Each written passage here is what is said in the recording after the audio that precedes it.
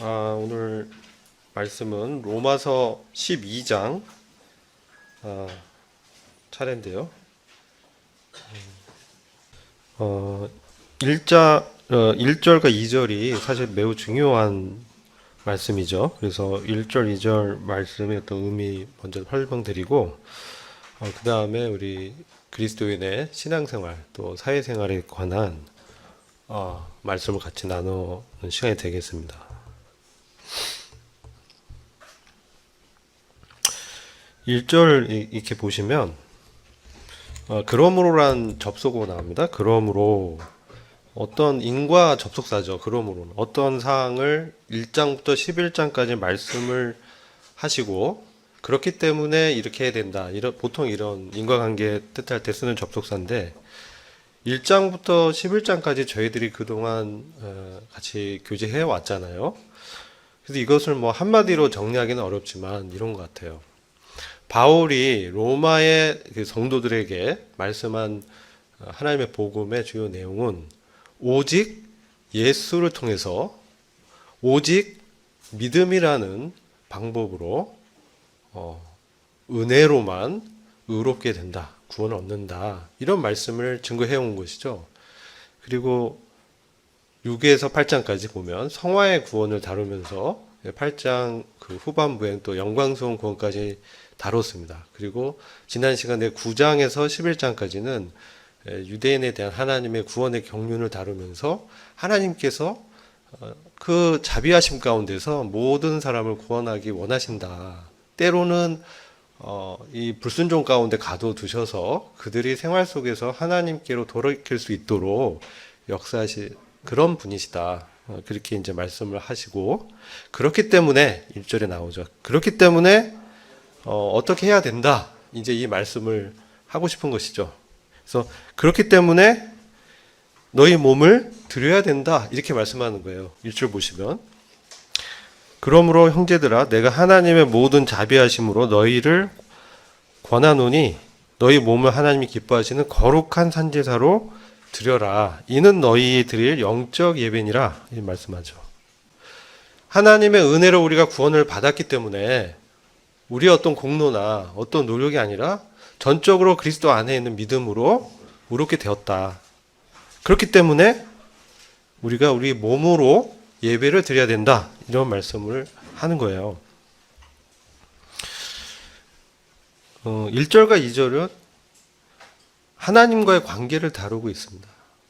그리고 3절에서 8절까지는 교회 안에서 영적인 어떤 은사 부분을 다루고 있고요. 이 영적인 선물, 은사를 통해서 9절부터 그 이하의 말씀은 그리스도인의 생활을 다루고 있는 실천적인 말씀들이에요.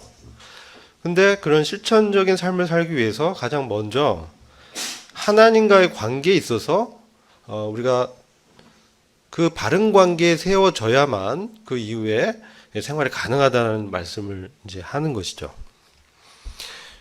그 1절 보시면 하나님의 모든 자비하심으로 이렇게 말씀합니다. 하나님의 모든 자비하심으로.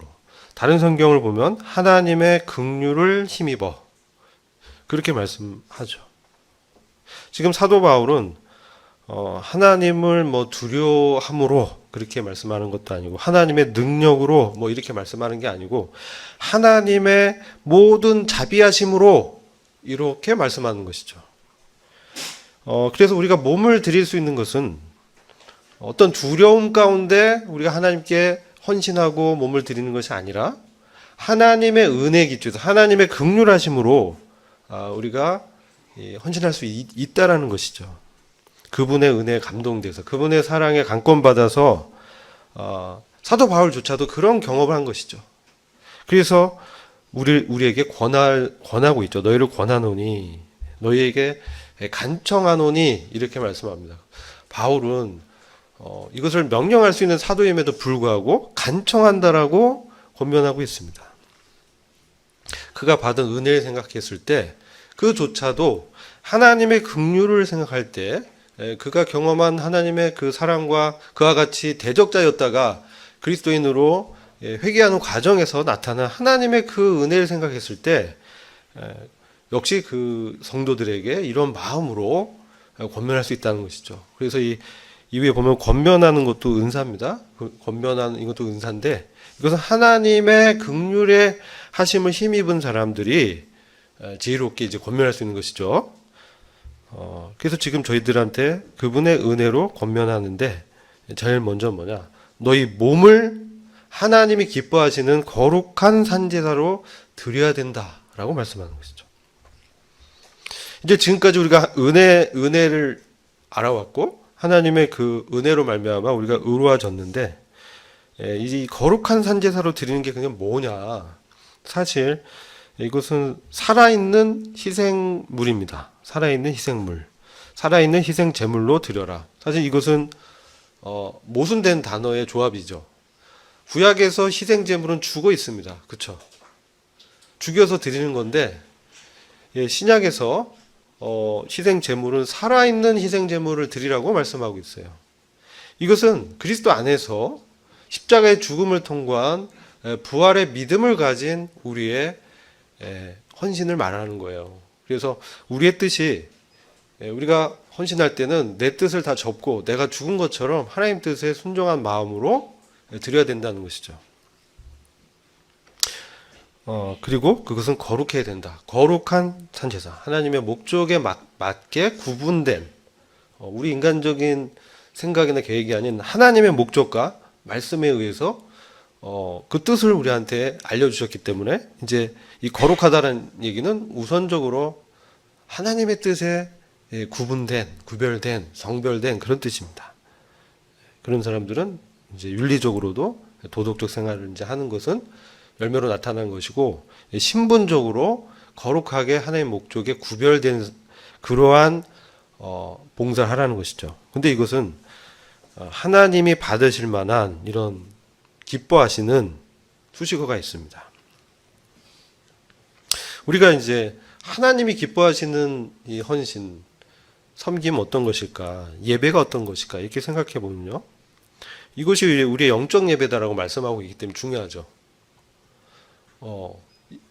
이 예배인데 영적 예배다 이렇게 표현하기도 하고요.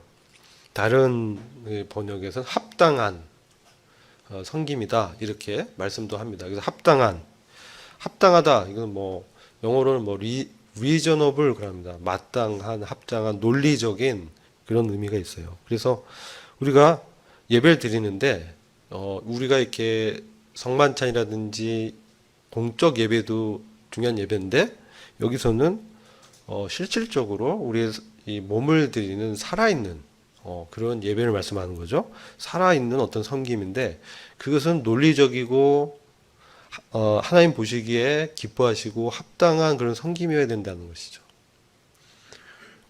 무엇이 합당하고 논리적이냐?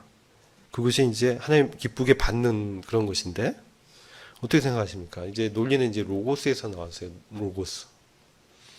이것은 어떤 감정이나 어떤 내가 뜨거워졌을 때 그럴 때만 이렇게 드리는 것이 아니라 내 감정보다 하나님 자체가 예배 받으시기에 합당한 분이기 때문에 나의 상태와 영적인 어떤 침체에도 불구하고 마땅히 하나님께 우리를 드려야 된다는 말씀이죠. 우리의 상태와 상관없는 것이죠. 하나님은 우리 상태를 초월해서 예배 받으시기에 합당한 분이라는 것이죠. 그래서 우리가 논리적으로 우리의 이성을 갖고 생각하더라도 하나님은 창조주시고 마땅히 피조 인생에게 예배를 받으시기에 너무나도 당연한 그런 분이라는 것이죠. 그런데 그분께서 아들 예수 그리스도를 우리 위해서 주셨잖아요. 그 사랑을 생각할 때 정말 생각할 수 있는 지성을 갖고 있는 이성이 있는 사람이라면 당연히 하나님께 몸을 드려야 된다는 것이죠. 그것이 하나님이 기쁘게 이제 받는 합당한 예배다라는 의미죠. 그래서 먼저는 우리가 이러한 하나님의 은혜를 안 자로서 몸을 드리는 이런 예배를 드리는데 로마서 6장을 보면 의의 병기로 몸을 드려라 이렇게 말씀하잖아요. 하나님의 의의 병기로 먼저는 우리가 그리스도 안에서 죽은 자라는 것을 믿음으로 여기고 그 다음에 그리스도와 함께 살아날 부활의 소망을 가진 사람들은 너희 몸을 의의 병기로 드려라 이런 말씀을 맥락이 통하는 말씀이죠. 그런데 오늘날 우리가 이 세대를 이렇게 살아가면서 2절을 보시면 이 세대에 어떤 유혹이 많죠. 이 세대를 본받지 말아라 이렇게 말씀합니다. 이 세대를 본받지 말고 오직 마음을 새롭게 함으로 변화를 받아라. 우리가 몸을 드리는데요. 이게 지속적으로 하나님이 받으시고 또 기뻐하시는 그런 제사로 드리기 위해선 우리의 그 내적으로 변화를 받아야 된다는 것이죠. 이것이 현재형인데 과거에 우리가 회심하고 구원 받았을 때 전 존재가 이제 우리가 주님을 섬기는 자로 이제 구원 받는데 이것이 지속적으로 되어져야 되는데 그러기 위해서는 우리가 생각이 우리 마음이 새롭게 되어야 되는 거예요. 완전히 다른 사람인 거예요. 완전 이전에는 세상의 어떤 세대의 어떤 가치관, 이 세상의 가치관 있잖아요. 뭐 구체적으로 말씀 안 드려도 잘 아실 거예요. 현대는 어떤 지금 문화 사조에서 움직이냐? 포스트 모더니즘이다, 인본주의적이다. 근데 심지어 그것이 교회까지 들어오고 사회의 어떤 정신 세계를 이렇게 장악하고 있다. 이런 지금 이 세대를 보면서 그것을 본받지 말고 그럼 우리는 무엇으로 마음을 새롭게 할 수 있느냐? 뭐 이런 부분들을 우리가 고민해봐야 됩니다. 그리고 이게 막 우리가 새롭게 난 새로워져야 돼. 그래야 그 어떤 의지적인 어떤 그러한 것으로만 되는 것은 아니죠. 뭔가 우리 안에 내적으로 우리에게 변화를 일으키는 역사가 필요하죠. 그것은 바로 성령님의 이 감동이죠. 성령님의 역사죠. 그것은 말씀으로 역사하시죠. 성령님 항상 말씀으로 또 하나님의 은혜로 그리스도의 어떤 사랑을 조명해 주셔서 우리에게 생각의 변화 일으켜 주시고 그 생각의 변화를 받아야만 우리가 그분의 뜻이 무엇인지 분별할 수 있고 지속적으로 하나님이 기뻐하시는 이제 헌신과 섬김을 할 수 있다. 이렇게 말씀하는 거죠. 근데 이제 중요한 거는요. 우리 주님께서 침례 요한에게 가서 이제 침례 받으시고 올라오실 때 하나님께서 우리 주님에 대해서 하나님의 기뻐하시고 사랑하는 아들이다 이렇게 말씀하시죠. 그래서 우리는요 중요한 거는 하나님을 기쁘게 해드리려는 목적으로 예배 드리기보다는 물론 그런 태도도 중요하지만 우리가 신분적으로 하나님이 기뻐하시는 그런 신분이 된 거예요. 아시겠죠? 그래서 우리는 이미 하나님이 기뻐하시는 자들이는 거예요. 우리는 그리스도 안에서 하나님의 자녀가 됐고 또 하나님의 아들이 된 사람들이기 때문에 우리를 보실 때 하나님이 기뻐하신다는 거예요. 그렇기 때문에 우리가 하나님이 우리를 기뻐하신다. 우린 그런 자다. 이러한 우리의 정체성을 항상 기억하면서 내가 하나님의 기쁨을 얻어야지. 그런 마음으로 섬기기보다 이미 기쁨을 입은 아들이기 때문에 아버지 하나님을 섬긴다. 이렇게 돼야 돼. 이게 올바른 관계라는 거예요. 하나님과의 관계가 올바르게 돼야 됩니다. 바른 관계가 돼야 바른 섬김을 할 수 있죠. 이것은 매우 중요한데 우리가 잊기 쉬워요. 종교는 뭐냐면 거꾸로 얘기하죠. 뭔가 이제 기쁨의 목적, 뭔가 의로움의 목적, 거룩의 목적을 달성하기 위해서 수행을 하죠. 종교는. 그건 종교입니다. 그러나 참된 믿음은 그렇지 않죠. 이미 우리는 하나님 기쁨 얻고 거룩한 존재고 그런 자기 때문에 아버지와 관계 속에서 이렇게 정상적으로 살아갈 때 우리 생명의 역사 속에서 변화가 일어나고 섬길 수 있는 그런 능력이 우리한테 일어나는 것이죠. 그래서 1절 2절이 하나님과 올바른 관계가 매우 중요하다. 그리고 2절에도 보시면 하나님이 기뻐하시는 거룩한 산 제사로 이렇게 말씀하죠. 근데 1절에 그리고 2절에도 보면 하나님의 선하시고 기뻐하시고 온전하신 뜻 이게 뭔가 그죠? 이런 하나님의 뜻하면 사실 다양하게 많이 나옵니다. 근데 이것을 우리가 알아야 됩니다. 그렇죠? 그래서 우리가 하나님은 선하시고 거룩하신 분인데 우리에게 바라는 것이 무엇일까? 우리 어떤 말씀 보면 내가 거룩하니 너희도 거룩하라. 그런 말씀이죠. 그리고 여러 가지 하나님 뜻을 이렇게 찾아보면 성경에 많이 나옵니다. 그래서 그것이 우리가 하나님 뜻이 분명하게 이제 말씀에 기록된 그 말씀은 우리가 알 수 있죠. 그리고 우리가 점점 깨달아 가면서 지금 이 시대에 지금 우리의 상황에서 나의 현재적으로 나에게 이제 원하시는 하나님 뜻이 무엇인가 이것을 또 알려면 어떻게 되겠어요? 하나님과 깊은 날마다의 기도와 교제 가운데서 하나님께서 말씀과 영을 통해 성령을 통해서 부담을 주는 그런 말씀들이 있죠. 그것을 잘 이제 분별을 하라는 것이죠. 그리고 몸을 드려라. 자, 여기가 이제 하나님과 이제 관계를 말씀하는 거고요. 그리고 여기서 보면 첫째 이제 몸을 드려라. 그 다음에 너희 생각을 새롭게 해라. 그쵸? 생각을 새롭게 해라. 그래서 생각도 우리 마인드도 이성도 말씀으로 새롭게 해서 드려야 되는 거죠. 그리고 내 뜻도 분별해서 올바른 뜻을 가져서 내 뜻조차도 하나님께 내어드리고 하나님의 뜻으로 행하라는 몸과 생각과 뜻을 하나님께 헌신하는 전 존재적인 이 헌신을 말씀하는 거예요. 그리고 이제 3절 이하를 보면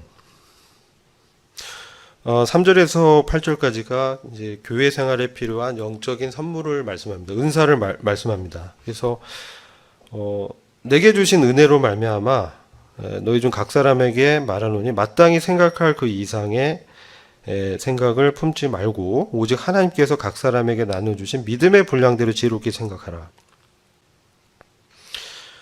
그래서 바울도 이 은혜를 통해서 그가 많은 은사를 받고 이방인의 사도요 교회의 일꾼으로 하나님 섬겼잖아요. 그래서 우리 각자에게 각 사람에게 말씀하는 거예요. 우리 각자가. 왜냐하면 우리가 여기 보면 이 몸을 우리가 드리는데 이 몸은 뭐냐면 이 원어로 보면 복수형이에요. 몸을 드릴 때 이 몸이 너희 몸을 할 때 이게 헬라어로 복수형이에요. 그래서 몸인데 이제 복수의 어떤 지체들로 구성된 몸이라는 거죠. 우리 지체들이 복수잖아요. 우리가 지체잖아요. 그래서 그리스도의 몸에 연결된 여러 지체들로 구성된 몸인데 그것이 제물로 드리라 할 때 제물은 단수예요. 희생 제물로 드리라. 그건 단수로 드리는 섬김이에요. 이것은 뭐냐면 교회라는 하나의 그리스도의 몸은 그렇죠? 봉사할 때 같은 마음으로 같은 방향성을 갖고 섬기는 것을 말하는 거예요. 그래서 몸은 복수고 희생 제물은 단수로 되어 있는 거예요. 몸 안에 여러 이제 지체들이 있는데 각 지체가 마땅히 우리가 생각할 그 이상의 생각을 품어서는 안 돼요. 이것은 교회의 어떤 우리가 하나의 그리스도의 몸인 교회가 이 땅에서 하나님 섬길 때 어떤 섬김을 단체적으로 같은 마음을 품고 드릴 때 우리가 이 생각을 획일화시켜라 이게 아니고 우리가 어떤 방향성이나 같은 섬김의 목적 그리스도 안에서 이런 방향성이 있어서 같은 마음을 풀어나는 거죠. 그럴 때 우리는 여기 보면 이상의 생각을 품어서는 안 된다라는 거죠. 우리가 때로는 예를 들어 나의 은사가 아닌데 그건 이제 은사의 인양 한다든지 반대일 수도 있고 아니면 교만한 마음으로 높은 생각을 품고 자기를 높이는 어떤 뜻으로 한다든지 자기 어떤 실적을 내려고 섬긴다든지 이런 것은 이제 잘못됐다는 것이죠. 겸손하게 각 사람에게 나눠주신 그 믿음의 분량이 있습니다. 근데 이것이 두 가지 해석을 합니다. 각인에게 말하는 어떤 믿음의 분수가 있다. 이런 말씀의 의미도 있고요. 이 믿음이라는 것은 우리의 믿음이라기보다는 하나님의 어떤 그 말씀, 이를테면 어떤 가르침, 그 어떤 교훈, 교리, 그것을 또 말씀을 한다. 그렇기 때문에 이 믿음의 어떤 분량을 얘기할 때는 그 교훈적, 교리의 말씀을 내가 어떤 사람이 받았어요. 그러면 그 말씀을 내가 이제 생각하고 또 그 말씀에 비추어서 그 분량대로 생각하고 섬길 것을 말씀한다. 둘 다 의미는 통한다고 봅니다. 그렇게 해야 이게 지혜로운 거예요. 그렇죠? 그렇지 않으면 어려움이 생깁니다. 그래서 4절 이하 보면 우리가 한 몸에 많은 지체를 가졌는데 모든 지체가 같은 직분은 아니라는 거예요. 어떤 사람은 뭐 교사도 있고 어떤 사람은 봉사의 어떤 직무를 갖고 섬기는 분도 있고, 그렇죠? 집사의 직분도 있고 장로의 직분도 있고 목양의 어떤 섬김하는 그런 분도 있고, 다양한 지체들의 역사를 통해서 서로 어떻게 됩니까? 상호 연결되어 있습니다. 그래서 우리가 1절, 2절에서 하나님과의 관계가 바른 사람은요, 수평적으로 교회 안에 몸을 이루고 있는 그 구성원 지체들과의 관계가 어떻습니까? 연결돼서 여기도 바른 관계를 가져야 되는 것이죠. 이제 그런 부분을 이제 다루는 부분이 9절 이하예요. 9절 이하에는 그러면 어떻게 실행적으로 우리가 그런 바른 관계에서 정상적인 신앙생활, 사회생활을 할 수 있느냐, 그걸 다루는데, 그러기 위해서 우리가 교회 안에서는 이제 은사가 필요하죠. 은사가 없는 분은 없어요. 다 있습니다. 근데 여기 보면 한 몸이 돼서 서로 지체가 되는데, 이것은 서로 상호 보완의 관계, 서로 상호 보완의 관계예요. 어느 하나가 없으면 어느 하나가 제대로 기능이 안 되는 거예요. 그래서 서로 어떻게 해요? 상을 같이 지분을, 하나님 나라의 기업의 지분을 이제 공유하는 것이죠. 그래서 뭐가 탁월한 은사다, 뭐가 뭐 탁월치 않다, 이게 아니고 똑같이 상호 보완적인 어떤 은사가 서로 연결돼서 하나님께서 교회에 맡긴 그 일들을 감당하는 거예요. 복음 전하는 거, 양육하고, 그죠? 목양하고, 봉사하고, 이런 게 다 어떤 믿음의 분량과 직분이 다 있다. 그래서 예언이면 믿음의 분수대로, 이 예언은 미래의 일을 뭐 얘기하는 선지자적인 그런 은사도 있습니다. 근데 지금은 그런 은사는 많이 이제 줄어들고, 이 예언이라고 했을 때는 말씀을 이제 해석하고 대언한다는 의미가 있습니다. 자기 믿음의 어떤 분량껏 이제 해야 되고, 섬기는 봉사에는 섬기는 일로, 가르치는 것은 가르치는 일로, 권위하는 것, 권면하는 것은 그 권면하는 일로, 구제는 성실함으로, 행정일, 다스리는 것은 부지런함으로. 보통 인도자들, 장로나 집사가 이제 다스리는 일을 하겠죠. 부지런, 성실함으로 해야 되고, 긍휼을 베푸는 어떤 이런 일은 즐거움으로 해라. 마지못해 하는 것이 아니라 그게 즐거우면 은사인 거예요. 그래서 여러분들이 어떤 교회에서 어떤 일을 볼 때 은사를 어떻게 판별하냐, 저는 내가 어떤 은사인지 모르겠어요. 그런 분들은 참고해 보세요. 이상하게 뭘 보면 뭐가 이제 부족함이 보여요. 내 눈에 보여요. 어떤 사람이 말씀 증거하는데 말씀 어느 부분에서 좀 이렇게 뭔가 좀 잘 분별이 되는 분들이 있어요. 말씀 들을 때. 그런 사람을 가르치는 일에 은사를 주셨다고 보죠. 그러니까 그 관심, 주님 주신 은사에 따라서 반응해요. 어떤 사람은 어떻습니까? 딱 오면 정리가 안 돼 있어요. 마음이 불편해요. 뭔가 해야 돼요. 근데 다른 사람은 아무도 안 움직이는데 뭔가 이제 자기는 불편하고 뭔가 이렇게 해야 될 것 같아. 주님이 보여주는 거예요. 뭐 해야 되는 것이죠. 그런 것들이 이제 이게 하나님이 나한테 소원을 두시고 어떤 은사를 주셔서 역사한다는 거죠. 그래서 그런 일에 있어서 내가 부담이 되는 선한 소원을 주셔서 내가 그거에 대해서 어떤 책임감이 느껴지고 이래서는 안 되겠다. 자꾸 불편하고 그러면 하나님이 그 사람에게 그런 일을 맡겼다. 처음에 그렇게 생각할 수 있다는 거예요. 그래서 이제 해보는 것이죠. 그런데 이제 상대방이 너무 불편해요. 그럼 조금 고려해 봐야 되는 거죠. 기도해 보고. 자, 이게 이제 8절의 내용이에요. 자, 9절 이하는 어떻게 그러면 실행할 것인가? 조금 더 상세한 말씀이 기록되어 있죠. 여기는 자기 개인적으로 적용할 부분도 있고 또 다른 어떤 상대방이 있는데 성도가 상대방인 경우도 있고 세상의 어떤 사람들이 상대방인 경우가 있어요. 그래서 사회생활 또는 교회생활을 할 때 어떻게 우리가 섬겨야 되냐 이것을 다루는데 이제 우리가 참 섬김의 근거가 뭐냐 했을 때 9절 보면 사랑을 얘기한다는 거죠. 사랑하는 마음으로. 사랑엔 거짓이 없다.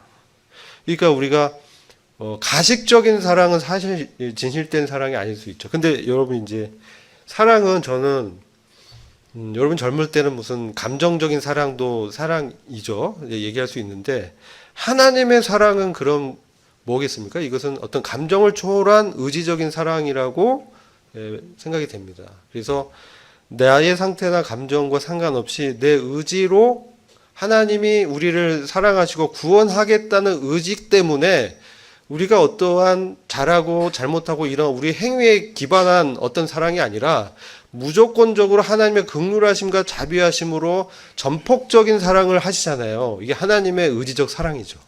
누구도 그것을 꺾을 수 없고 하나님께 정한 거예요. 사랑하겠다라고 마음을 정한 거죠. 뜻을 정한 것이죠. 우리의 사랑도 어떠해야 되냐? 나한테 잘해주는 사람은 사랑하기 쉽죠. 그렇잖아요. 나한테 잘해주는데 좋잖아요. 근데 어떻습니까? 나를 이렇게 대적하고 힘들게 하고 손해를 입히고 이런 사람들에 대해서도 사랑하라고 하는 거예요. 원수를 축복하고 저주하지 말고 악을 악으로 복수하지 말고 선으로 악을 이겨라 이렇게 말씀하잖아요. 그게 어떻게 가능하겠어요? 근데 우리한테 그런 지침을 주시는 거예요. 그렇게 해봐라. 가능한 그렇게 해라. 가능한 세상 사람들과 화평한 관계를 해라. 가능한 우리의 제한과 한계와 믿음의 분량 아시기 때문에 하나님께서는 가능한 그렇게 해보라고 우리한테 말씀하죠. 그래서 우리가 사랑하는 마음이 안 드는 상대방에 대해서 어떻게 사랑해야 되냐? 이런 부분 한번 조별 활동 때 나눠보세요. 도저히 사랑할 수 없다.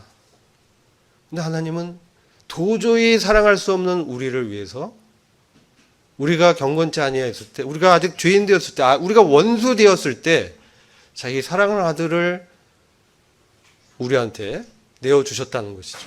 그 사랑을 생각하면 내가 어떤 하나님의 그 거룩한 기준 앞에서 나를 봤을 때 내가 그 기준에 부합된 의인이냐? 그래서 아들을 내어주셨냐? 절대 아니죠. 너무나 충족이 안 되고 자질도 부족하고 여러 허물이 많지만 하나님의 그 전폭적인 그 의지적인 사랑으로 우리를 사랑하신 거잖아요. 크게 거짓이 없는 것이죠. 그래서 우리가 누구를 생각할 때 그 사람의 수준과 이걸 보고 사랑할 수 없습니다. 그리스도의 사랑을 생각하면서 주님이 나 같은 죄인을 받아주셨기 때문에 뜻을 품고 기도를 할 때 주님의 사랑에 감동이 오고 정말 나를 어렵게 하는 상대방도 용납하는 사랑이 생깁니다. 이건 우리에게 나오는 것이 아니라 주님의 사랑에서 우리 안에 성령을 통해서 나타나는 것이죠. 그것은 거짓이 없다는 거죠. 그리고 이 사탄적인 악, 사회 이런 것들은 우리도 하나님의 그 마음으로 이 악은 그죠? 악 자체. 사람이 아니라 어떤 악한 거. 그죠? 어떤 특징들, 악의 특징들이 있잖아요. 교만하고, 그죠? 막 회방하고, 질투하고, 뒤에서 험담하고, 악한 거. 이것은 우리가 하면 안 된다는 거죠. 미워하다. 그런 것을 이제 멀리 해라. 그리고 선한 것을 추구하라. 하나님의 선한 거. 하나님의 선한 성품. 그래서 형제를 사랑해라. 형제를 하나님을 사랑하는데 형제를 사랑하지 않는다. 그럼 과연 그 사람이 하나님을 사랑하는 것인가? 퀘스천을 가질 수 있죠. 하나님의 사랑을 입은 사람은 어떻습니까? 마땅히 수평적으로 형제도 사랑하고 요한일서 보면 그 형제를 위하여 너희 몸까지 되어줘라.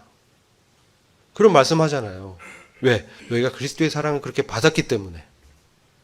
그런 사랑으로 사랑하라는 것이죠. 서로 우애하고 존경해라. 이게 참 교회 안에서 또 이 존경한다. 제자들의 삶을 보면 베드로와 요한은 항상 경쟁 관계에 있었죠. 근데 나중에 베드로가 변합니다. 그렇죠?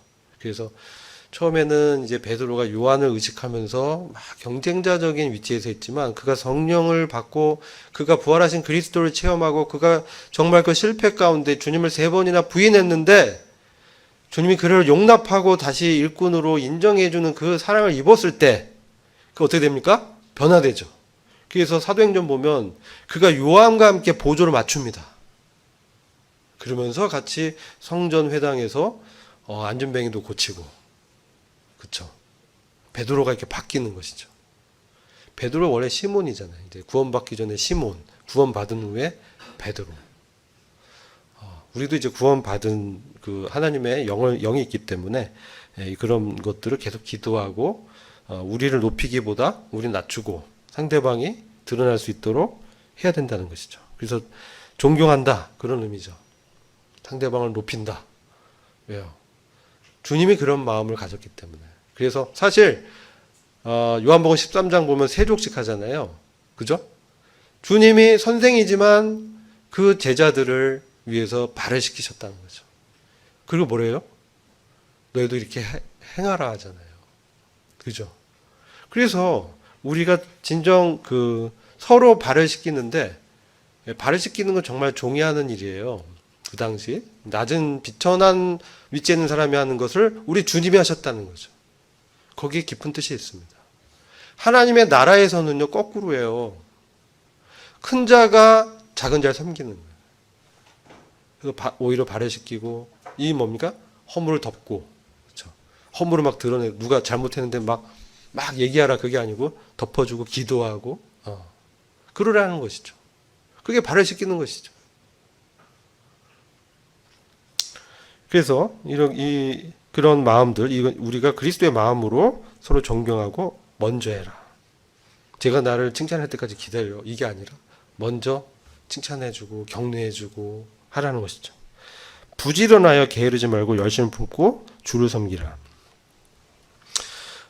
네, 이 게으름은요 죄입니다. 그렇죠? 성경에 게으르는 거 죄라고 얘기해요.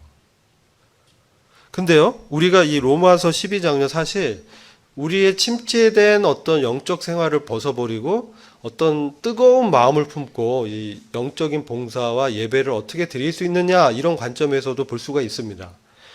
그래서 이 11절 보면 열심을 품고 주를 섬기라고 했을 때 이 열심을 품고를 다른 성경은 영 안에서 뜨거워져서 주님을 섬겨라, 이렇게 말씀을 풀고 있습니다. 그래서 이 열심을 품는다는 것은요 사실 우리 안에서 어떤 열심이 어떤 근원이 있는 게 아니고 하나님의 성령의 감동으로 우리가 마음이 뜨거워져서 열심을 이렇게 품는 거예요. 그래서 이게 여러 성경을 보면 그런 부분들이 있습니다. 아볼로가 그가 말씀을 증거할 때 이런 열심을 품고 그리스도를 전파했는데 그가 이 영 안에서 뜨거워져서 이렇게 똑같이 표현하고 있어요.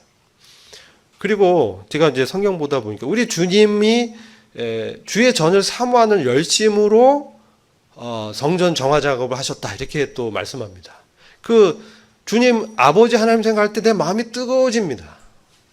그리고 엠마오의 두 제자도 잘 알잖아요. 예수 그리스도가 십자가에서 죽으시고 자기들의 어떤 희망이 무너졌다고 생각하고 다시 이제 낙향하는 그 길에서 주님이 어떤 변모된 모습인지 그들이 주님을 만났는데 알아보지 못했지만 주님이 그들에게 주님에 대해서 설명하실 때 그들의 마음이 뜨거워졌습니다. 특별히 떡과 이런 먹을 것을 같이 음식을 나눌 때 그들의 마음이 뜨거워지면서 그들이 다시 그리스도께서 부활하신 것을 깨닫고 다시 이제 예루살렘으로 돌아가죠. 예루살렘 뭐가 기다립니까? 거기엔 핍박과 저항과 그들이 이제 잡혀서 죽을 수도 있는 위험이 도사리고 있는 그곳으로 다시 돌아갔는데, 그것은 그들이 주님으로부터 받은, 주님을 발견한, 주님의 부활하신 주님을 만난 그런 성령의 감동이 그들의 마음을 뜨겁게 했다는 것이죠. 이것이 열심을 품는 것이죠. 그래서 우리는 이를 위해서 기도해야 되겠죠. 그래야 게으름을 떨쳐버리고, 게으름 어떻게 보면 기질적인 것도 있어요. 막 더 자고 싶고, 더 쉬고 싶고, 그렇죠.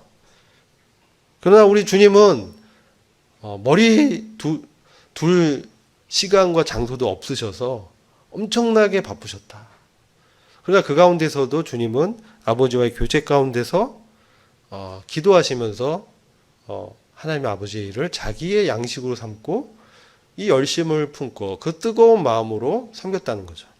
우리 또한 주님의 본을 받아서 이런 영안에서 뜨거워진 말씀을 통해서 또 하나님의 성령의 감동으로 우리가 주님을 섬기는 것이죠.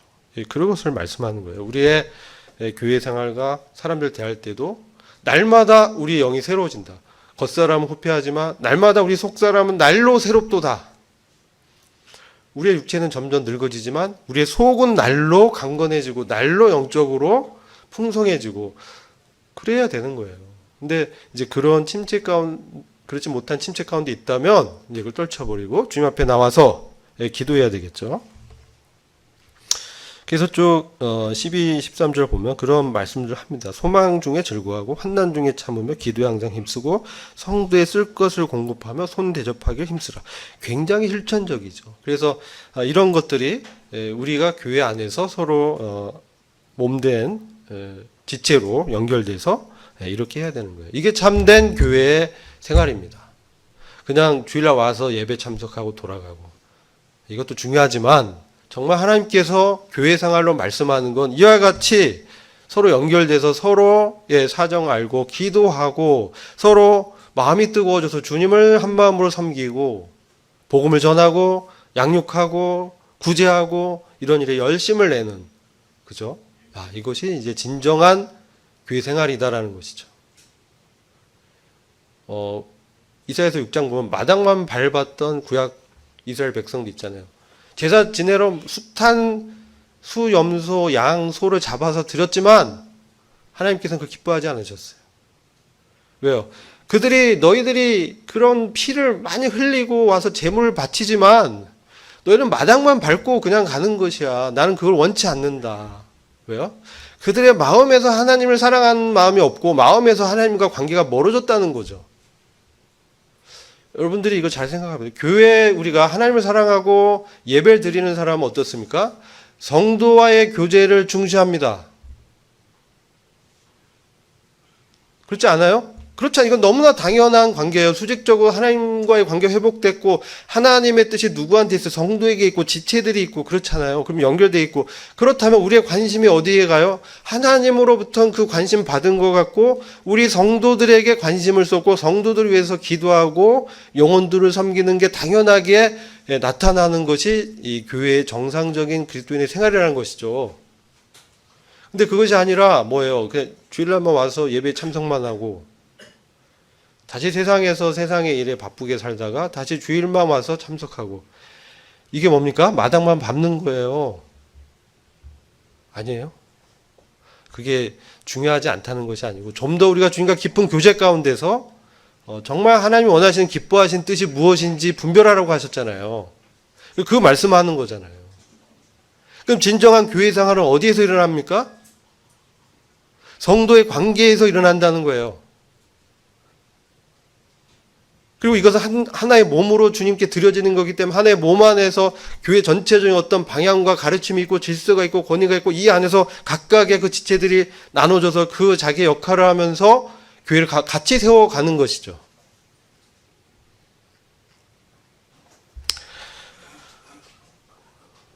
네, 여기 13절까지 그런 부분을 이제 저희들이 볼 수 있고 14절 이하 보면 14절 말씀 너희를 핍박하는 자를 축복하라. 축복하고 저주하지 말라. 어렵죠. 어렵게 하면 당장에 막 부글부글 끓잖아요. 그렇죠? 이게 뭡니까? 옛사람 육신이죠. 어떻게 해야 되겠어요? 쳐서 복종시켜야 되는데 잘 안 되죠. 기도해야 됩니다. 내려놔야 됩니다. 그래서 교회 생활할 때 뭘 해야 돼요?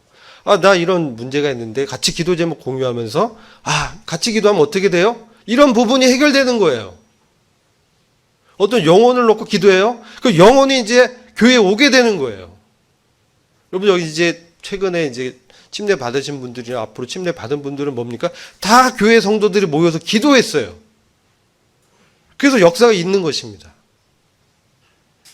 그래서 핍박한 자 축복하라. 아까 말씀드렸죠. 그런 자는 죽었다. 옛사람이다. 이제 하나님이 사랑 입은 새로운 피조물로 그들의 사정을 이해하고 그들의 기질과 죄성을 우리 안에도 발견하잖아요. 그렇죠? 그래서 긍휼히 여기고 기도할 때 역사가 나타나는 것이죠. 그래서 즐거운 자들 함께 즐거워하고 우는 자들로 함께 울어. 이게 정말 중요합니다. 우는 자 막 옆에서 너무 막 우는데 속으로 좋아하면 안 되잖아요. 그죠? 사촌이 집을 사면 배가 아프대. 이게 무슨 속담이 있어요. 그런 속담이 어디 있어요? 사촌이 집을 잘 됐구나. 같이 즐거워야 되는데 배가 아프대. 그죠? 뭡니까? 죄성이죠. 그것은 죄입니다. 라고 내가 고백하고 하나님 저 사랑하는 마음을 주십시오. 기도해야 되는 것이죠. 그래서 여러분 역사는 기도가 중요합니다. 하나님 역사는 기도 외에는 우리의 어떤 인간적인 것으로 될 수가 없습니다. 기도해야 됩니다. 그래서 이런 일들을 기도할 때 서로 마음을 같이 하여 16절 서로 마음을 같이 하여 기도하고 서로 마음을 같이 하여 함께 모이고 높은 데 마음을 두지 말고 내가 뭔가 일을 하고 내가 이게 목적이 아니고 상대방의 어떤 그 사정을 듣고 기도하고 어떤 영혼에 대한 것을 그런 목적을 갖고 모이라는 것이죠. 도리어 낮은 데 처하며 스스로 지혜는 체하지 말라. 우리가 이러한 연약이 있지만 그때 주님 앞에 내려놓고 기도할 때 이런 것들이 극복이 됩니다. 아무에게도 악으로 갚지 말고 모든 사람 앞에 선한 일을 도모하라. 할 수 있거든 너희로서 모든 사람과 더불어 평화하라. 말씀드렸죠. 주님의 뜻은 이렇습니다. 그래서 할 수 있거든 우리의 육신의 연약을 아시기 때문에 여지를 두신 것이죠. 반드시 해라 이랬으면 힘들었을 텐데 할 수 있거든 가능한 세상 사람들과도 화평한 관계를 해라. 왜? 우리가 세상 가운데 속해서 그들에게 전도하고 그들을 주님께로 인도해야 되기 때문에 사실 관계가 깨지면 전도가 안 됩니다. 아무리 말을 그럴싸하게 해도 뒤통수 쳐봐요. 그 사람이 복음을 듣나. 욕하죠. 예수 믿는 사람 왜 저래? 이렇게 얘기한다는 것이죠. 항상 성실하고 겸손한 마음으로 상대방을 배려하고 친절한 마음으로 기도하면서 대해야 되는 거죠. 19절 내 사랑한 자들아 너희가 친히 원수를 갚지 말고 진노하심에 맡기라. 기록되었을 때 원수 갚는 것이 내게 있으니 내가 갚으리라고 주께서 말씀하시니라. 복수의 권리는 주님께만 있습니다. 우리한테 있지 않아요. 옛날에 무슨 무협지 이런 거 보면 다 주제가 복수야. 아버지 죽인 원수를 찾아서 막 죽이는 거야. 그 복수의 권리는 하나님께 있어요. 우리는 뭡니까? 하나님께 맡기고 그분의 진노하시면 맡겨라. 얼마나 하나님 성실하시기 때문에 갚아주겠다 내가. 그거 맡기고 그 사람한테는 뭡니까? 선대하라는 것이죠. 그러면 숯불을 그 머리에 쌓아 놓으리라. 목이 마르면 물을 주고 먹을 거를 주라. 오히려 그죠? 손양원 목사가 이거 시청했잖아요. 자기 아들 죽인 그 공산당 그 젊은 병사를 입양하잖아요. 그래서 숯불로 그 머리에 쌓아놓은 이게 어떤 이제 헷갈리죠. 숯불을 버리면 머리가 다 타버릴 텐데 숯불을 머리에 쌓아두라. 이게 무슨 말이냐? 이것은 뭐냐면요. 이게 관행적 관용구인데 그가 내가 이렇게 대했는데 그러면 정말 기대하지 못했을 거 아니에요. 근데 오히려 친절히 대하면 그가 깜짝 놀라면서 오히려 이게 감동을 받는다. 그런 뜻이에요. 쉽게 말씀드리면. 그래서 하나님께로 인도함을 받는 거예요. 참 어렵습니다. 이게 우리가 기도해야 됩니다. 함께. 기도해요. 기도할 때 이런 일들이 극복되고 실천돼요. 그래서 악에 이기지 말고 선으로 악을 이기라 하잖아요. 그래서 이것은 참 놀라운 말씀이고 우리에게 이러한 이 말씀을 통해서 사실 하나님의 뜻이 우리 가운데 이루어지기를 하나님이 기뻐하신다는 거죠. 하나님의 선으로 세상의 악을 이길 수 있습니다. 그래서 우리는 기도하고 주님 앞에 맡기고 함께 합력해서 선을 이루시는 하나님을 우리 날마다의 삶 가운데 경험할 수 있습니다. 그런 하나님을 찬양 드리고 시간을 마치도록 하겠습니다. 기도하겠습니다. 아버지 하나님 감사합니다. 오늘 말씀을 통해서 저희들에게 교훈하신 바를 기억하면서 이후의 분반 교제 가운데도 주님께서 역사해 주시옵소서. 예수님의 이름으로 기도했습니다.